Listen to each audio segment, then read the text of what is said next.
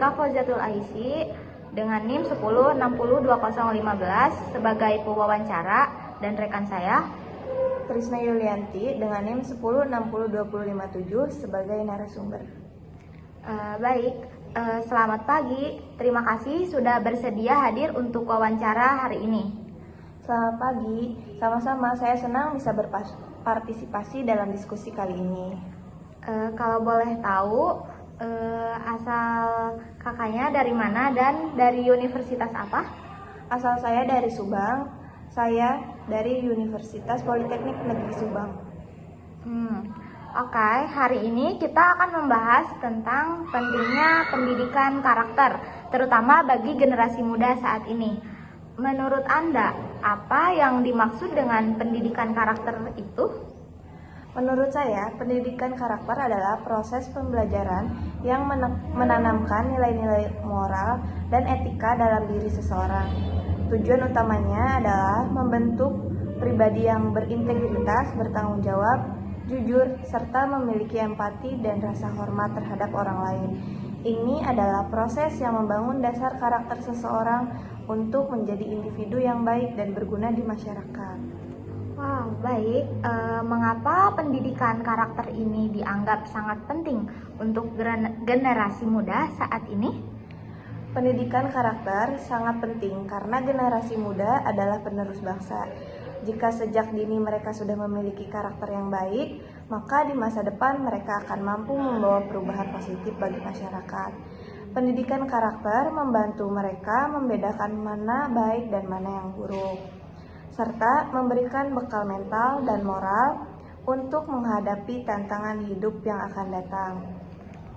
Lalu apa saja sih nilai-nilai karakter utama yang sebaiknya diajarkan kepada generasi muda saat ini? Menurut saya, beberapa nilai karakter yang penting antara lain adalah kejujuran, tanggung jawab, disiplin, empati, dan kerjasama. Kejujuran misalnya membantu mereka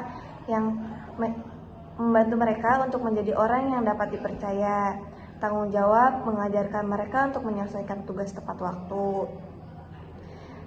Sementara disiplin membiasakan mereka untuk menjalani hidup dengan aturan dan keaturan. Empati dan kerjasama sangat penting untuk bisa berinteraksi dan memahami orang lain dengan baik. Baik, dan menurut Anda siapa sih yang berperan penting dalam menanamkan pendidikan karakter ini?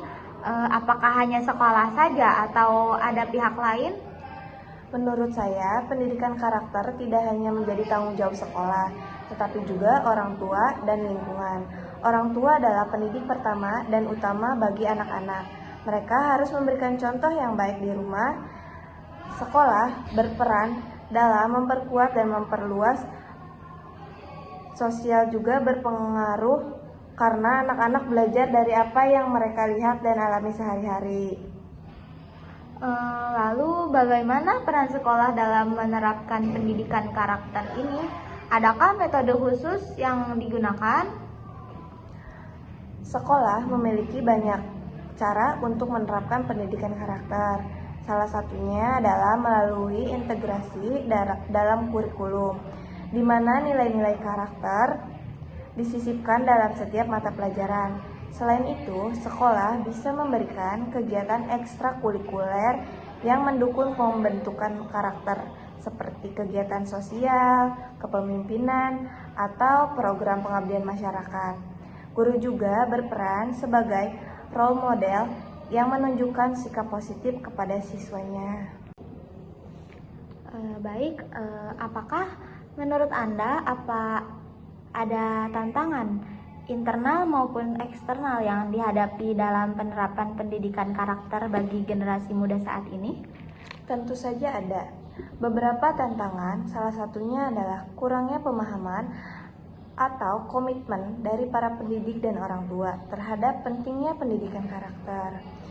Selain itu, perkembangan teknologi dan media sosial juga dapat menjadi hambatan, di mana anak-anak terpapar pada konten yang tidak sejalan dengan nilai-nilai karakter yang ingin ditanamkan. Oleh karena itu, penting untuk menciptakan kesadaran akan nilai-nilai karakter baik di sekolah maupun di lingkungan rumah. Eh, Menurut Anda, bagaimana sih peran teknologi dalam mendukung pendidikan karakter saat ini? Menurut saya, teknologi dapat berperan positif jika digunakan dengan bijak. Misalnya, platform pendidikan online dapat menyediakan materi yang mengajarkan nilai-nilai karakter. Selain itu, media sosial bisa dimanfaatkan untuk menyebarkan kampanye-kampanye yang mendukung pendidikan karakter. Namun, jika kita juga harus waspada terhadap pengaruh negatifnya, sehingga perlu ada pengawasan dan bimbingan dari orang tua atau pendidik. Oh, menarik sekali. Dalam pandangan kakak, apa sih harapan buat untuk generasi muda ke depannya dan di masa depan terkait pendidikan karakter saat ini? Saya berharap generasi muda kita dapat tumbuh menjadi individu yang tidak hanya cerdas secara akademis, tetapi juga memiliki karakter yang kuat. Mereka harus mampu menghadapi berbagai tantangan hidup dengan integritas dan tanggung jawab. Saya percaya jika pendidikan karakter diterapkan secara konsisten, kita akan melihat generasi yang lebih baik, yang mampu berkontribusi pada perkembangan masyarakat yang lebih baik juga tentunya. Terabaikan oleh anak tersebut. Betul sekali, terkadang fokus utama kita memang pada akademis, tetapi karakter adalah fondasi yang sangat penting.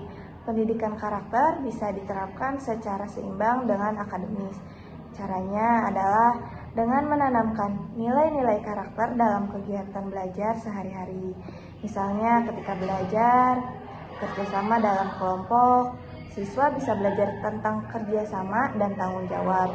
Jadi, nilai karakter tidak hanya diajarkan secara teori, tetapi langsung diterapkan dalam kehidupan sehari-hari. Oh, gitu. Lalu apa ada dampaknya jika pendidikan karakter tidak diberikan dengan baik kepada generasi muda saat ini? Tentu saja, dampaknya sangat besar. Tanpa pendidikan karakter, generasi muda bisa tumbuh menjadi individu yang kurang bertanggung jawab, tidak memiliki empati, atau bahkan cenderung egois. Ini bisa menimbulkan masalah di lingkungan sosial, seperti meningkatnya konflik atau permasalahan dalam hubungan antar individu. Selain itu, mereka bisa kesulitan dalam dunia kerja karena kurang memiliki etos kerja atau sikap proporsional yang baik.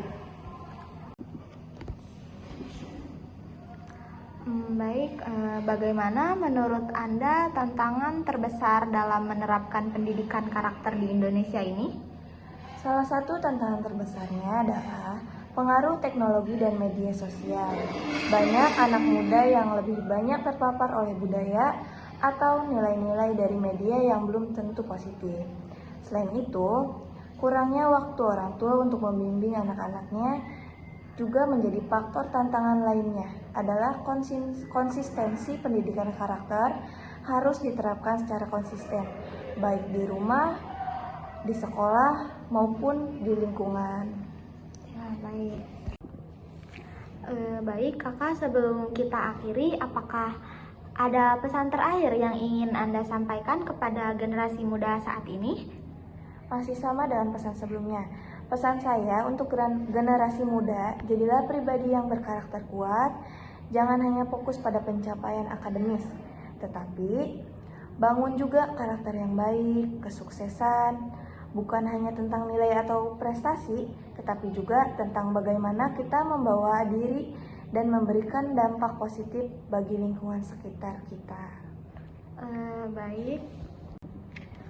Baik, terima kasih banyak kepada Kak Trisna atas wawasan yang sangat berharga ini. Semoga pendidikan karakter di Indonesia ini dapat terus ditingkatkan demi kebaikan generasi muda saat ini. Terima kasih juga sebelumnya. Semoga diskusi ini bisa bermanfaat dan mendorong lebih banyak lagi orang untuk memperhatikan pentingnya pendidikan karakter dan cara penerapan pendidikan karakter dalam kehidupan sehari-hari.